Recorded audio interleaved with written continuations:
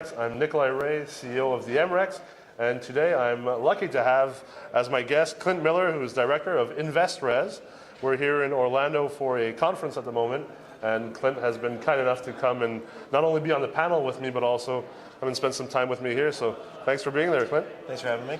You're about to have a third kid on the way, so kind of on the nerve there, getting ready to go. On the cusp. If yeah, I walk out of this because I got a phone call. So tell me a bit more about InvestRes. Now, you guys have about 15,000 units under management, about 12,000, 13 that are yours, and then the other ones you do third-party management. Third-party managed for, right. yes. So InvestRes is a holding company, and then we have an in-house management company called ResProp, and then we have some other sister companies too, Turns and Odd Jobs that we're building out as well. Awesome. Now you guys are mostly in Florida?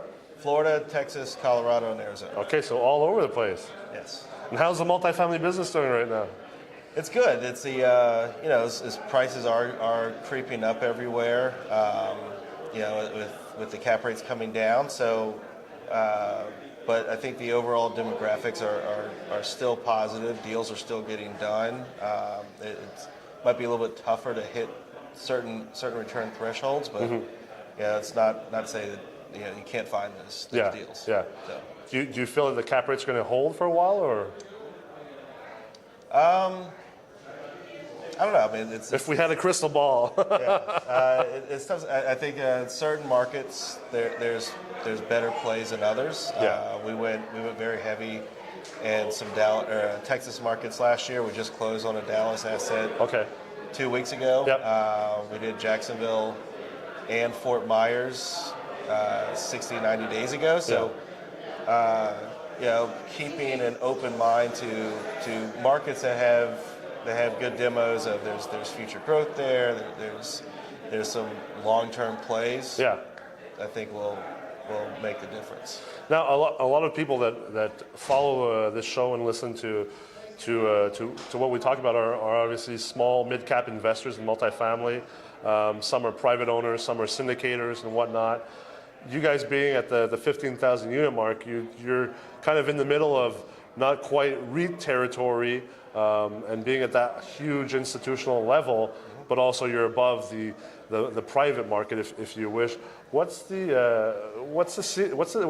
be the advice to give to the smaller investors who are maybe under 1,000 units with regards to being able to transact, because they have to compete against guys like you, right?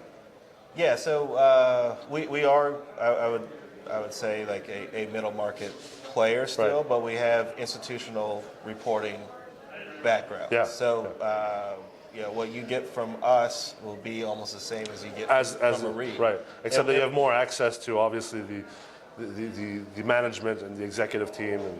Correct. And then the reporting that we can provide is at a much higher level than a lot of other shops can do. Sure. What we can provide is it is going to be tough for these smaller owners and these syndicated groups who don't have a closing track record to get invited to the table on a deal. So to the best and finals. To the best and finals. So if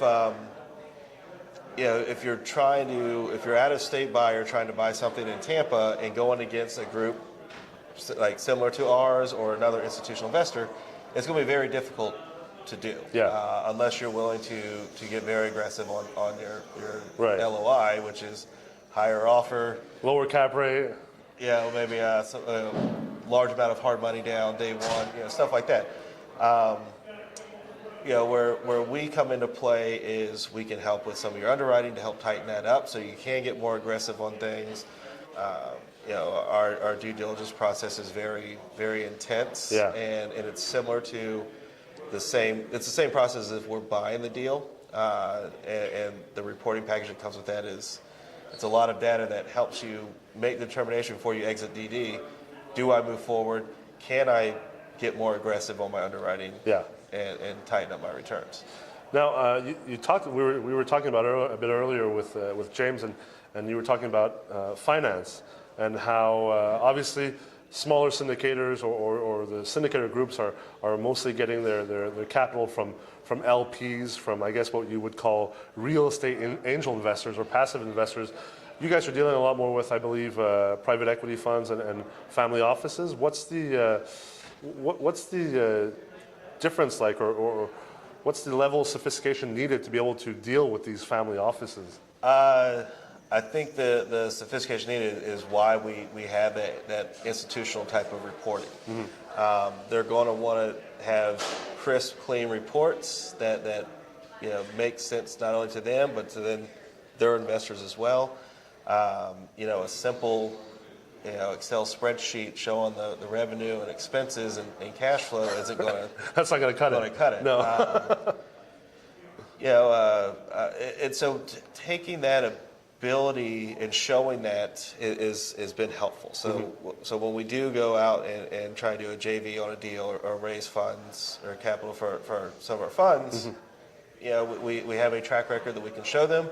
This is what you're going to be getting each month or each quarter, and it's something similar they're going to get from a large REIT. Yeah. And I think the track record is so important of being able to show, well, look back in 2012, this is what we projected on this. Now, 5, 6, 7 years down the road, this is what we've delivered. That's so important in this competitive space. Yeah, and going from 0 to 1,000 units, and then 5,000, it was a big party for 10,000. I bet. And currently having roughly 1.4 billion worth of assets since 2011 when we started. It's how did you do that? What did you do? We were able to take down a lot of assets, early on, but you still have to make them work. And show returns on those too. Absolutely. Because the acquisition is one thing, but it's only the beginning of the process, realistically. Then you have to manage it and exactly. show some cash flow. That's the fun part. and the value add projects in between. So a lot of what we did early on was very heavy lifts. And now we're reaping those rewards on some of the exits. So B and C older properties that you B, renovated. C, D assets. Some that were 100% down. Really? And taking that risk and getting through it. And that's learning from those deals and our mistakes at the same time. That's why we have an in-house construction management team. That's why we have an in-house asset management team. It was things that we saw were needed to help go into the next level of deals. And so going from at the beginning these C- assets, and now we just bought our first a new construction a few months ago from a merchant builder.